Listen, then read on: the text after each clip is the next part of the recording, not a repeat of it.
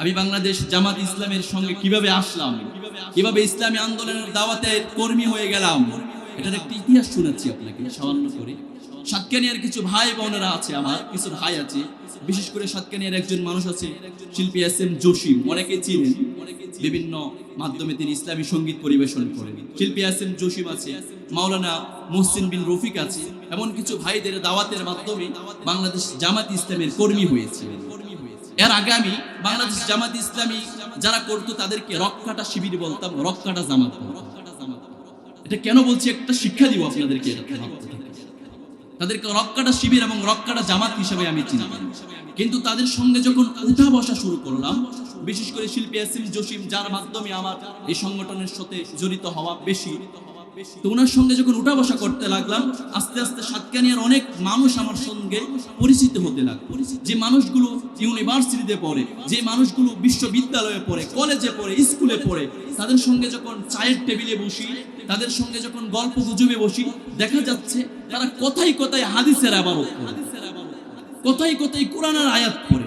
আমি চিন্তা করছি, স্কুলের ছাত্র, কলেজের ছাত্র, বিশ্ববিদ্যালয়ের ছাত্র, এই কোরআনের আয়াত বারবার পড়ে কেমনে, এই হাদিসের ইবারত বারবার পড়ে কেমনে, সম্ভব কেমনে? তাই একদিন জিজ্ঞাসা করলাম, ভাই এগুলো কেমনে কি?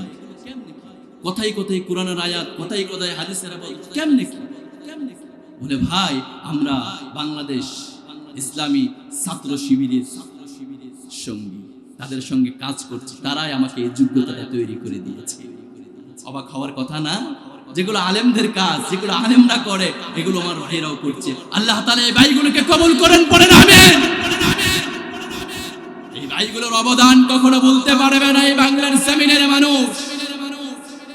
আজ থেকে 4 থেকে 5 দিন পূর্বে ঢাকা মহানগরে সম্ভবত বাংলাদেশ ছাত্র শিবিরের একটি সম্মেলন হয়েছিল। সেই সম্মেলনের মধ্যে বাংলাদেশের অন্যতম একজন সমন্বয়ক সার্জিস আলম, যার নাম, তিনি বক্তব্য প্রদানকালে একটি কথা বলেছেন, যে কথাটা আমি বারবার টেনে টেনে শুনেছি। তিনি বারবার বলেছেন যে আমাদের এই আন্দোলনের মধ্যে সবচেয়ে বেশি ভূমিকা যারা পালন করেছে, সবচেয়ে বেশি ভূমিকা যারা পালন করেছে, আন্দোলনের সহায়ক যারা ছিল, সবচেয়ে বেশি ভূমিকা যাদের, তারাই হলো বাংলাদেশ জামাত ইসলামের ছাত্র শিবিরের মায়েরা। কল্পনা করেন, কল্পনা করতে পারেন?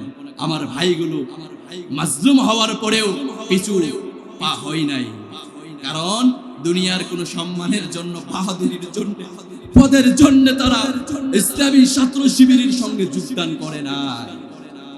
আমরা দেখেছি গত 2 দিন পূর্বে একটা দলের নাম বলতে চাচ্ছি না, একটা দলের দল ঘোষণা করা হলো যুবকদের, এটা নিয়ে মারামারি শুরু করে দিয়েছে। করে কি করে নাই?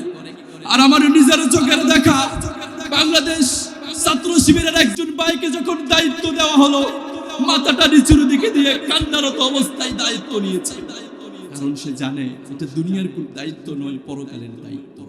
এই দায়িত্বের মধ্যে আপনার সন্তানটাকেও দিয়ে দেন, সোনার সন্তান হিসেবে করে ফিরবে, ঠিক কিনা? আল্লাহ তাআলা আমাদেরকে বুঝার তৌফিক দান করেন, পড়েন আমিন। লা ইলাহা